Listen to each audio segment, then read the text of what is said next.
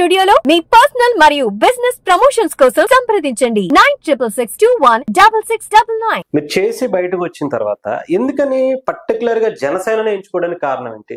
మీకు మిగతా పార్టీలతో సత్సంబంధాలు ఉన్నాయి, మీరున్న ప్రొఫెషన్ రీత్యా కావచ్చు, అప్పుడు మీరు చేసిన వృత్తి రీత్యా కావచ్చు, మీకు అటు టీడీపీతో కానీ వైఎస్ఆర్సీపీతో కానీ ఎందుకని జనసేనలోకి వచ్చారు? నేను జనసేనలోకి రావడానికి ఉద్దేశం ఏంటంటే, కళ్యాణ్ గారు పిలిపించుకున్నారు. ఆయన నాతో ఫ్రీగా మాట్లాడారు ఒక హాఫ్ అన్ అవర్. నా ప్రొఫైల్ ఆయన తెలుసుకున్నారు, వాళ్ళ ఫ్రెండ్స్ ద్వారానో క్లోజ్ సర్కిల్ ద్వారానో తెలుసుకున్నారు. తెలుసుకొని నాతో మాట్లాడారు ఆయన. ఈ గవర్నెన్స్ లో మీరు చేసిన దాని గురించి. నేను ఈ గవర్నెన్స్ లో చేసేటప్పుడు ఎలాంటి వ్యక్తులకి ఇస్తారు? ఈ గవర్నెన్స్ లో మీరు టీసీఎస్ లో మంచి స్థాయిలో ఉన్నారు, మరి ఈ గవర్నెన్స్ ఏంటి అని చెప్పి ఆయన అడగడం జరిగింది. ఈ గవర్నెన్స్ లో యాక్చువల్గా ఎక్స్ ఐఏఎస్ ఆఫీసర్స్ నో, ఎక్స్ మేజర్ జనరల్స్ నో ఆఫీసర్స్ ని పెడతారు. ఎందుకు పెడతారంటే, ఒక ఆర్గనైజేషన్ లో మీకు తెలియదు ఏముంది, రాజకీయంగా ఉన్నప్పుడు ఒక ఆఫీసర్స్ ఎలా బిహేవ్ చేస్తారంటే వాళ్ళ కిందే ఉంటారు. ఎవడు సొంత నిర్ణయాలు తీసుకున్న వాళ్ళు ఇప్పుడు చాలా అరుదుగా ఉంటారు. ఎవరు? ఈ బ్యూరోక్రాట్స్. ఈ బ్యూరోక్రాట్స్ కూడా వాళ్ళ సీనియర్స్ మాటలే వింటారు.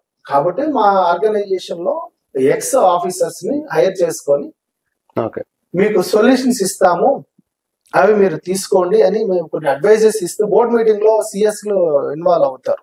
గవర్నమెంట్ సార్ తరపు నుంచి మా ఎక్స్పర్ట్స్ కూడా ఇన్వాల్వ్ అవుతాం. అప్పుడు వాళ్ళు సలహాలు అడగడం జరుగుతుంది. ఏదో యూనివర్సిటీ మేనేజ్మెంట్ లో మేము ఈ చేంజెస్ చేయాలనుకుంటున్నాం, మీ సలహాలు ఏంటి అని. ఓసారి మేము కూడా అడ్వైజెస్ ఇస్తాం. మాకున్న సర్టిఫికేషన్స్, మాకున్నటువంటి అనాలిసిస్, మాకున్నటువంటి ఎక్స్పీరియన్స్ గానీ వీళ్ళు కరెక్ట్ గా రాజకీయ నాయకులు ఉపయోగించుకోగలిగితే వండర్స్ జరుగుతాయి, న్యాయం జరుగుతుంది. సమన్యాయము అంటారు, సమన్యాయం జరుగుతుంది. ఒక యూనివర్సిటీ గురించే మాట్లాడారు అనుకోండి, డిజిటల్ ఎవల్యూషన్ అంటారు. డిజిటల్ ఎవల్యూషన్ అనేది వాటి క్రియేట్ చేసుకోండి,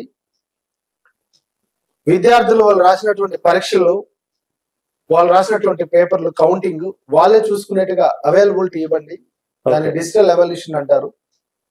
వాళ్ళకి ఒక క్రెడెన్షియల్స్ ఇస్తే వాళ్ళ కౌంటింగ్ ఎంత వచ్చింది, కరెక్ట్ గా వచ్చిందా లేదా, వాళ్ళు రాసినటువంటి క్వశ్చన్ కి ఆన్సర్ కరెక్ట్ ఉందా లేదా వాళ్ళు చూసుకోవచ్చు. కొన్ని ఎగ్జాంపుల్ పేపర్స్ వాళ్ళకు కూడా అవగాహన వస్తుంది కదా. నువ్వేం పక్కలో పేపర్ చూడట్లేదు, నీ క్రెడెన్షియల్ నువ్వు చూసుకుంటావు. అలాంటి సలహాలు ఇచ్చినప్పుడు ఎవరు చేయట్లేదు. ఎందుకు చేయట్లేదు అంటే అవగాహన లేకపోవడం ఎడ్యుకేషన్ సిస్టమ్ పైన. ఎంప్లాయ్మెంట్ గురించి కూడా జరిగింది. మనం రాజకీయాల్లో లేనప్పుడు, ఈ గవర్నెన్స్ సెట్గా ఉన్నప్పుడు కలిసిన క్రమంలో వాళ్ళ సూచనలు అడుగుతారు మన వాళ్ళని. భాస్కర్ గారు, మీరు ఇంత పెద్ద స్థాయిలో ఉన్నారు కదా, మీరు ఏదైనా సలహాలు ఇవ్వండి, ఎంప్లాయ్మెంట్ ఎలా క్రియేట్ చేయాలి. ఎవడైనా అడుగుతాడు, అది జగన్మోహన్ రెడ్డి అయినా అడుగుతాడు, ఏ గవర్నమెంట్, పవన్ కళ్యాణ్ గారు అయినా అడుగుతారు, చంద్రబాబు గారు అడుగుతారు, లోకేష్ గారు అయినా అడుగుతారు. అడిగినప్పుడు మీరు అభిమానం కాదు, నేను మీకు సలహాలు ఇవ్వను అని చెప్తానా? అంతే కదా, అనలేము. అది మీరు వృత్తి కాబట్టి మీరు దాన్ని అక్కడ దాని పరంగానే చూసుకోవాలి. మన ప్రాంతంలో పుట్టి మన ప్రాంతానికి మంచి చేయాలని చూస్తానా, లేకపోతే గవర్నమెంట్ నాది కాదని చెప్పి నేను సలహా ఇవ్వకుండా ఉంటానా? ఆ క్రమంలో సలహాలు ఇచ్చినప్పుడు తీసుకున్నవాడు నాయకుడు, ఇదని చెప్పేది ఏముందిలే అనుకున్నవాడు మూర్ఖుడు. తీసుకున్నారా మరి ఏమన్నా మీరు ఇచ్చిన సలహా? గుడివాడ అమర్నాథ్ గారు కావచ్చు, మిథున్ రెడ్డి గారు కావచ్చు, జగన్మోహన్ రెడ్డి గారు కావచ్చు. జగన్మోహన్ రెడ్డి గారికి నేను చెప్పేటప్పుడు, నేను ఈ గవర్నెన్స్ సెట్ గా ఉన్నాను, ఇక్కడ ఎంప్లాయ్మెంట్ క్రియేట్ చేయడంలో చాలా అవకాశాలు ఉన్నాయి, చేసుకోవాలంటే చేసుకోండి అంటే, అలా అయితే మీరు గవర్నమెంట్ లేక రండి, ఐటీ అడ్వైజర్ గా ఉండి చేయండి అన్నారు. నేను అలా రాలేనని చెప్పాను ఆయన. అడ్వైజర్ గా ఉంటే నేను దీన్ని రిజైన్ చేయాల్సి వస్తుంది కదా, చేయలేదు. నేను ఆ టైంలో వెళ్ళుంటే ఈ రోజు ఐటీ అడ్వైజర్ గా ఉంటే నేను కూడా స్థిరపడి. నేను అదే అంటున్నాను, ఇందాక ఆన్సర్ అదే క్వశ్చన్ అడిగింది అదే మీకు.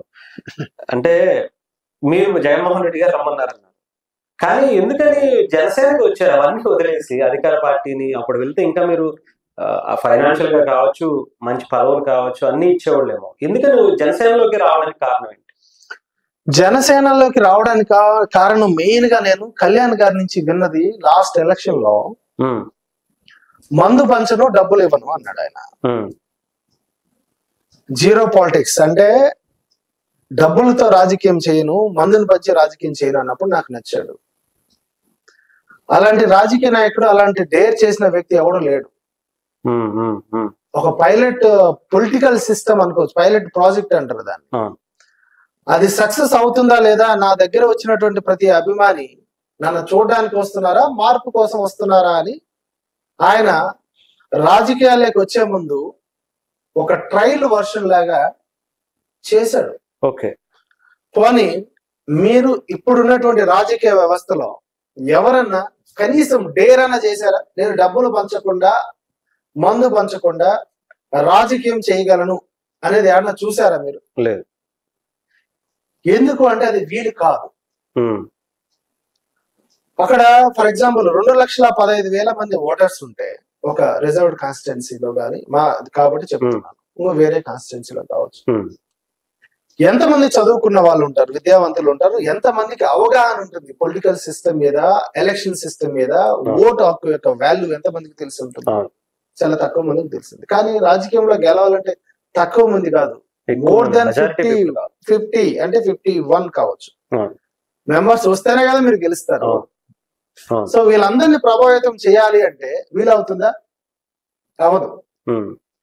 దానికి రిజల్టే లాస్ట్ టైం ఆయన పిఠాపురంలో కాకుండా 2 గాజువాక్ లో కావచ్చు 2 ప్లేస్ లో ఆయన ఎందుకు ఓడిపోయారు? ఆయన నిజంగా అభిమానులు లేరా, లేకపోతే ఆయన యొక్క సిద్ధాంతాలు నచ్చకనా?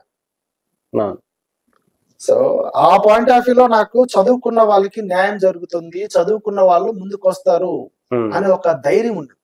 ఇప్పుడు నన్ను తీసుకోండి, నాకు ఎక్కడ పాలిటిక్స్ లో ఉండేటప్పుడు నాకు రియల్ ఎస్టేట్లు లేవు, ఏ బిజినెస్ లేవు.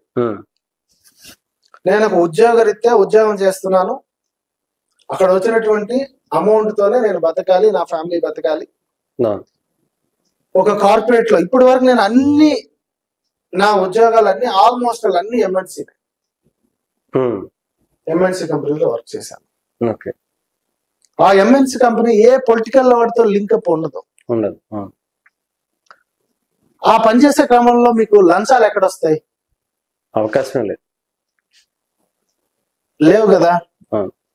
నేను సంపాదించుకునే సంపాదన నా కష్టార్జితమే కదా. అది నేను ఎవరన్నా మోసం చేసో, ఆ పాయింట్ లో నువ్వు దొడ్డిదారిని సంపాదించినటువంటి రాంగ్ వేలో సంపాదించిన డబ్బులతో పాలిటిక్స్ చేయాల్సిన అవసరం లేదు, డబ్బులు పంచడం లేదు, మందు పంచడం లేదు అని చెప్పినప్పుడు నాలాంటి వాడు ఎవరికి అట్రాక్ట్ అవుతారు? డెఫినెట్ గా కళ్యాణ్ గారికే కదా.